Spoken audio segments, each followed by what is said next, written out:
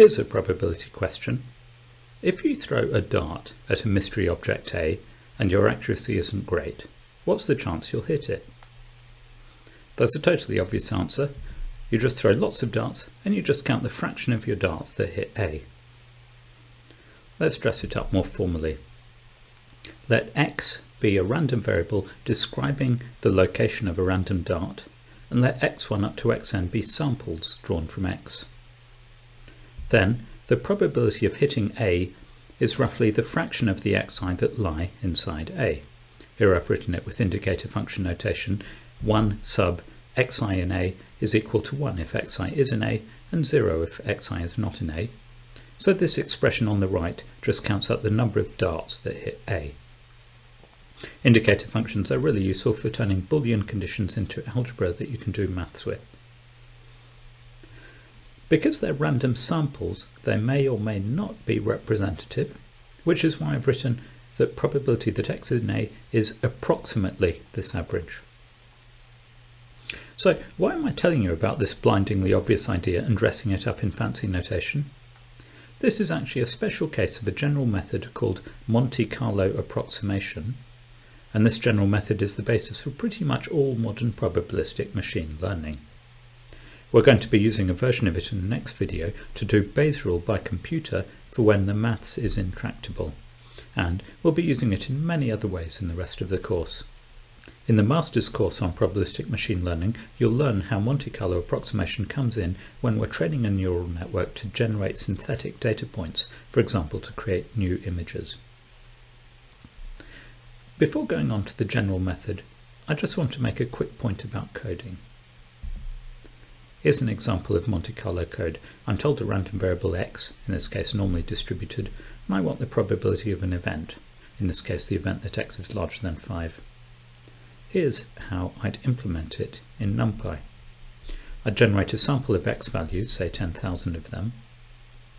Why 10,000, you may wonder? Well, you can actually estimate a sensible number of samples to take by using the central limit theorem.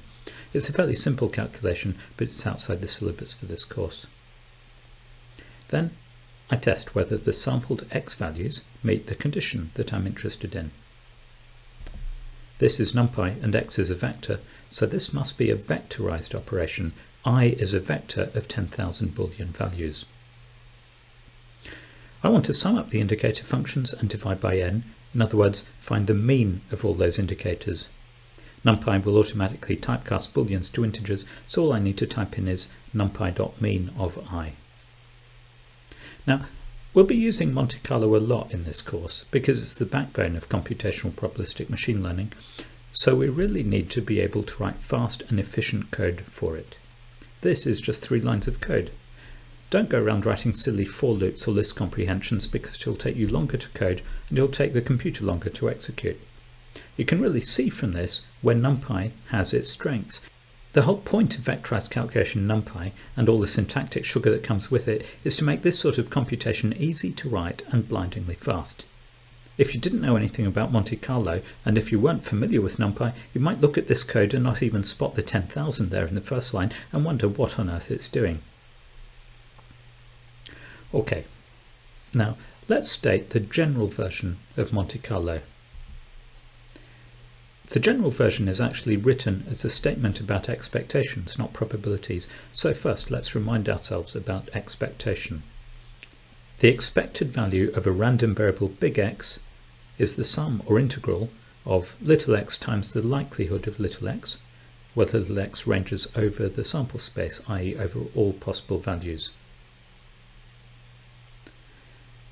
This only makes sense if big X is a real valued random variable because we need to add up and multiply sample values little x.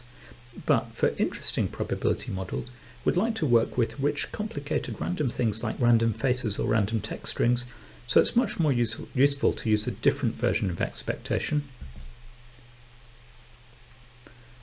Here, x is an arbitrary random variable, and h, we might call it a readout function, is a function that maps x to a real number. Then the expected value of h of x is just given by the obvious sum or integral.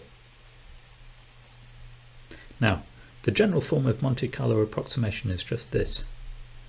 we can approximate the expected value of h of x by just sampling some values from little x, call our samples x1 up to xn, apply h to each of them, and take the mean.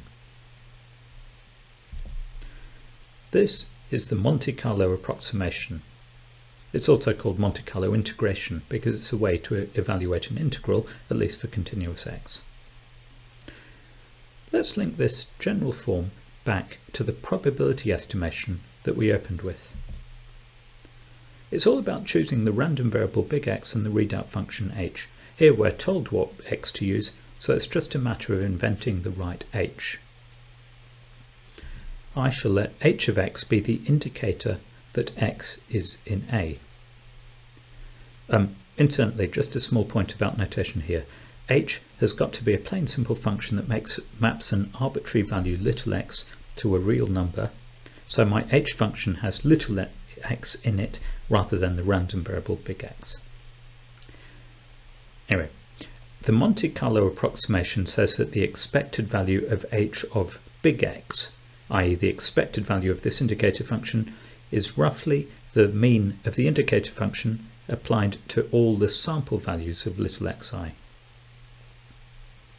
Okay, so we've got the right-hand side that we wanted, but what does the expectation of an indicator function have to do with probabilities? This actually relies on a very nice trick with indicator functions. There's a fundamental link between expectations and probabilities via indicator functions. Let y be the indicator that x is in A. Here, x is a random variable, so y is a random variable too. Then, by the definition of expectation, the first simpler definition that we saw, the expected value of y is the sum over all the values it can take of little y times likelihood of little y. Random variable big Y is an indicator, so it only takes two values, 0 and 1. So all we're left with is the probability that y equals 1, which is nothing other than the probability that x is in A. So this is the link between the naive obvious way of estimating probabilities and the general statement of Monte Carlo integration. It all comes down to picking a good random variable x and a good readout function h. The exercises will ask you to think creatively about how to pick x and h for some other problems. Let's look at one more, plain old vanilla integration. Let's imagine we have a function, h of x, and we want to integrate it over a range a to b. This is probably how you learnt about integration way back in secondary school. Split the x-axis into intervals, draw a rectangle for each interval. The width of each interval is b minus a on n, because there are n of them. And so the area of the rectangle is h of xi times the width, where the xi are the midpoints of each of the intervals. So, summing up the areas of each of the rectangles tells us the area under the curve. The larger n is, the better the approximation. Now, let's try to reframe this as a probability problem. I'm going to propose we use a random variable x uniformly distributed over the range a to b. The Monte Carlo approximation then tells us that the expected value of h of x can be approximated by the sample mean of h of little xi, where the xi are samples from this uniform distribution. Let's just unpack the expectation. It's an integral, the integral of h of x times the probability density function, and because x is a simple uniform random variable, the PDF is just 1 on b minus a.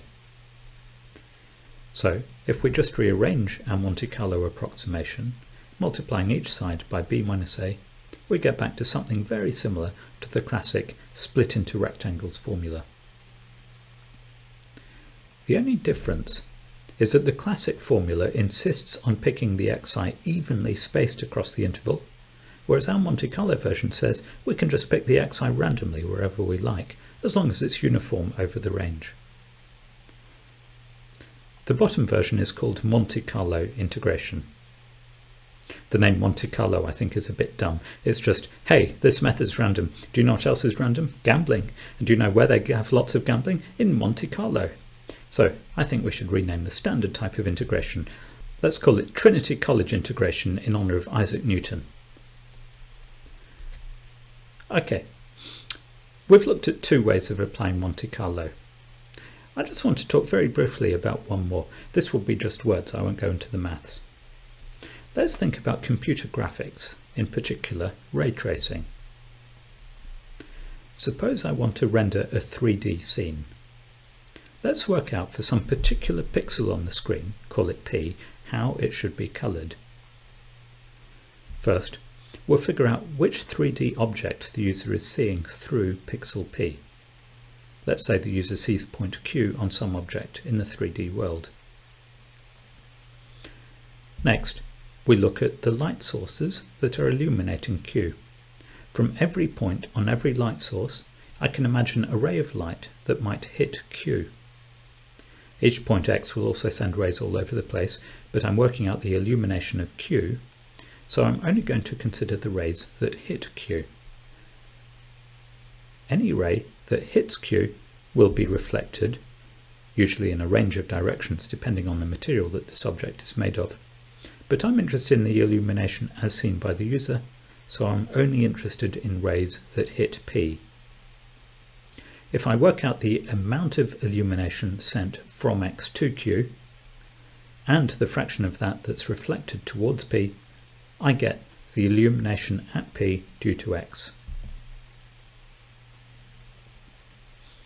If the light source is an area light source, not a point, then I have to integrate over all points X and add up their contributions to get the total illumination at P. Now, the Monte Carlo idea is really simple. Whenever you see an integral, replace it by a random sample. In other words, we'll randomly sample points on the light source and we'll average their contributions. The more samples we take, the better the approximation we'll get. This raises the question, how many samples do we need to get a good approximation? There are actually two ways to answer this. One answer is we go off and use some probability theory, specifically the central limit theorem, and that can tell us how much inaccuracy there is in the Monte Carlo approximation. Basically, the error decreases like 1 on root n, where n is the number of samples we're using. There's also a constant factor which we can estimate. There's another answer which is actually much smarter, which is to say, hold on, if we cunningly tweak our sampling, if we don't sample uniformly but instead use some biased sampling, then we could get away with fewer samples. And this cunning trick is called importance sampling. We're not going to go into either answer in this course. The job that we're interested in right now is Bayes' rule, and the next video we'll talk about how we can use Monte Carlo approximation for solving Bayes' rule problems, using computers to get approximate answers rather than struggling through integrals.